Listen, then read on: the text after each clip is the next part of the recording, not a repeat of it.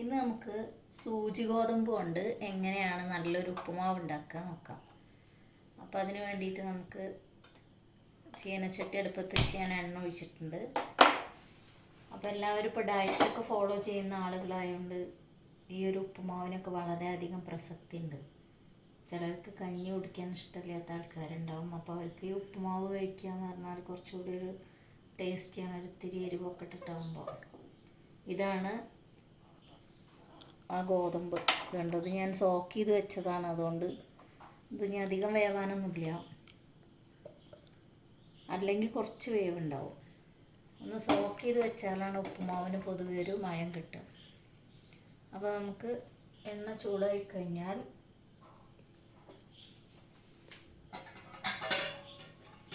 അതിലേക്ക് നമുക്ക് ആദ്യം കടുക് ഇട്ട് കൊടുക്കാം. ഇതൊരു ചെറിയ സ്പൂണാണ്, അപ്പോൾ അതിനൊരു 2 സ്പൂൺ. അതൊരു ചെറിയ സ്പൂൺ എന്ന് പറഞ്ഞാൽ വളരെ ചെറുത്.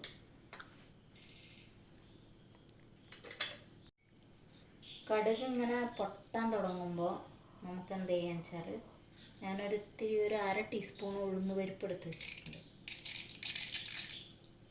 ഉഴുന്ന് പരിപ്പ് കടിക്കാതെ ഇഷ്ടമില്ലാത്തവർക്ക് അത് സ്കിപ്പ് ചെയ്യാം. ഇനി അതൊന്ന് കളർ മാറി തരണം.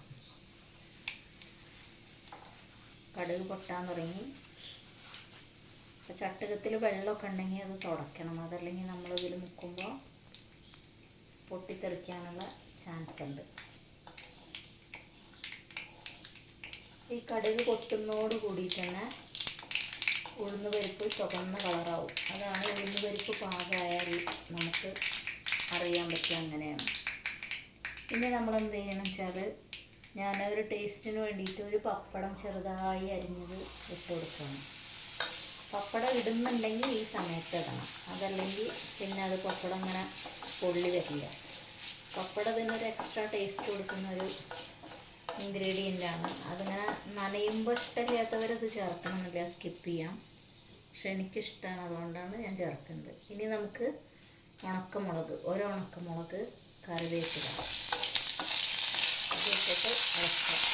അപ്പോൾ കറിവേപ്പില കഴുകിയിട്ട് ഇടുന്നത് കൊണ്ട് തന്നെ അത് പൊട്ടിത്തെറിക്കാൻ സാധ്യത ഉണ്ട്. അപ്പോൾ അതുകൊണ്ട് ബിഗിനേഴ്സൊക്കെ ഒന്ന് ശ്രദ്ധിച്ചിട്ട് ചെയ്യാം. പിന്നെ അടുത്തത് സവോള, പച്ചമുളക്. ഇത് നന്നായിട്ട് വഴന്ന് വരണം. ആ ഇലയാണ് ആ പൊട്ടുന്നത്, അതിൽ വെള്ളം ഉണ്ട്, അതുകൊണ്ടാണ്.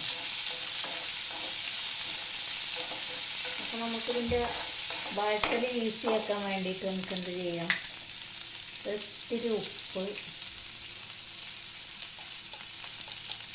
കൊടുക്കാം. നമുക്ക് അങ്ങനെ വയ്ക്കാം.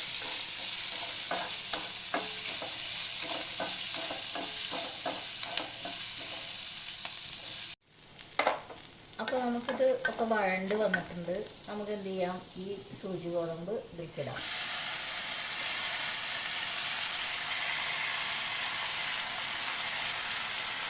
ഇനി നമുക്കിത് ഏത് രീതിയിലാണോ കിട്ടേണ്ടത് ആ രീതിയിൽ വേണം നമുക്ക് നന്നായി ഒലർന്ന ഉപ്പുമാവാണ് വേണ്ടതെന്നുണ്ടെങ്കിൽ നമ്മൾ ഇതുപോലെ ഇങ്ങനെ ഇളക്കി കൊടുക്കണം. അപ്പോൾ ഇതിൽ കുറച്ച് ഉപ്പും കൂടി നമുക്ക് ചേർക്കാം, വേറാതെ ശ്രദ്ധിക്കണം.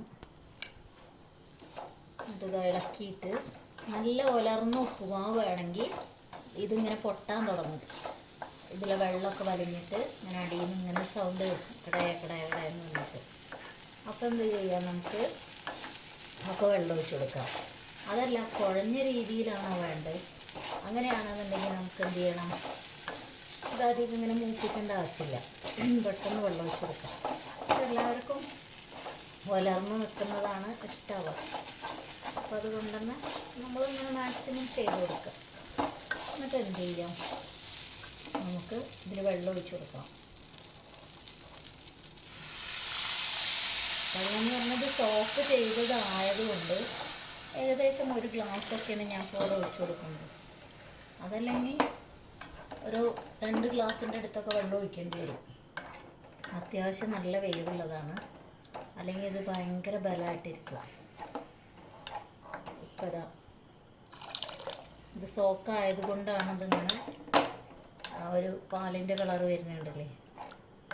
നമ്മൾ കുട്ടികൾക്കൊക്കെ മറ്റേ കുറുക്ക് കൊടുക്കുമല്ലോ, ഇത് വെള്ളത്തിലിട്ട് പിഴിഞ്ഞിട്ട് പാലും കൽക്കണ്ടവും ചേർത്തിട്ട് കൊടുക്കും. അപ്പോൾ അത് കുറേ നേരം ഇരുന്ന് അതിന്ന് ആ ഒരു കളർ വരുന്നത് അതാണ്. അപ്പോൾ എന്നിട്ട് നമുക്ക് ഉപ്പ് നോക്കാം. ഉപ്പ് ഒരിത്തിരിയും കൂടി വേണം. ഞാൻ ഉപ്പ് കൂടുതലിടുന്ന ആളാണ്, അതുകൊണ്ടാണ് എനിക്ക് ഇത്രയും വേണ്ടത്. ഇനി ഇതിങ്ങനെ ഇളക്കിയിട്ട് നമുക്ക് ഒന്ന് അടച്ചു വെച്ച് കൊടുക്കാം. അപ്പോൾ അത് നമ്മൾ ഇത് മൂടി വെച്ച് കൊടുക്കുകയാണ്. ഇനി നമ്മൾ സിമ്മിൽ ഇട്ട് കൊടുക്കുക. ഇനി അങ്ങനെ ഇരുന്ന് വേവട്ടെ. അപ്പോൾ നമുക്ക് അടപ്പ് തുറന്ന് നോക്കാം. അടപ്പ് തുറക്കുമ്പോൾ ഇതുണ്ടോ, അങ്ങനത്തെ ഒരു രൂപത്തിലെത്തിയിട്ടുണ്ട്. അപ്പോൾ നമുക്ക് തീയൊന്ന് കൂട്ടിയിട്ടിട്ട് വലിച്ചെടുക്കാം. ഇതിപ്പോൾ വെള്ളത്തിലിട്ടുകൊണ്ടാണ് ഇങ്ങനെ ഒന്ന് കുഴഞ്ഞ് നിൽക്കണത് കേട്ടോ, അല്ലെങ്കിൽ തീരെ ഭയങ്കര ബലമായിട്ട് നിൽക്കും. അതൊരു ടേസ്റ്റ് ഉണ്ടാവില്ല ഉപ്പുമാവ്. ഞാനിങ്ങനെ വെന്താൽ തന്നെയാണ് ടേസ്റ്റൊക്കെ സൂചി പോകുമ്പോഴൊക്കെ. അപ്പോൾ ഇതിന് ബ്രോക്കൺ വീറ്റ് അങ്ങനെയാണ് ഇതിൻ്റെ ഇത് പറയുക.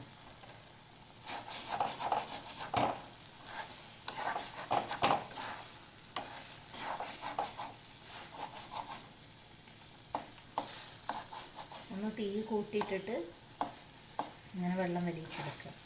ഇതൊന്ന് തണുത്ത് കഴിയുമ്പോഴേക്കും നല്ല പിന്നെ സെപ്പറേറ്റായി കിടക്കും കേട്ടോ. ഇപ്പോഴത്തെ ഇത് നോക്കിയിട്ട് കാര്യമില്ല,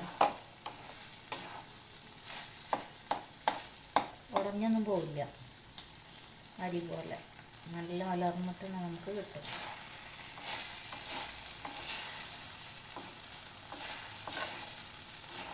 ഇനി ഇതിൻ്റെ ഫൈനൽ ഫോം ഞാൻ കുറച്ച് കഴിഞ്ഞിട്ട് തണുത്ത് കഴിഞ്ഞിട്ട് ഞാൻ വീഡിയോയിൽ കൂടി കാണിച്ചു തരാം. ഇനിയിപ്പോൾ നമുക്ക് ഇതിൽ കുറച്ചുകൂടി ഓയിലൊക്കെ വേണ്ട ആളുകൾക്ക് ഈ സമയത്ത് ഇത്തിരി പച്ച വെളിച്ചെണ്ണ ഒഴിച്ചു കൊടുക്കാം.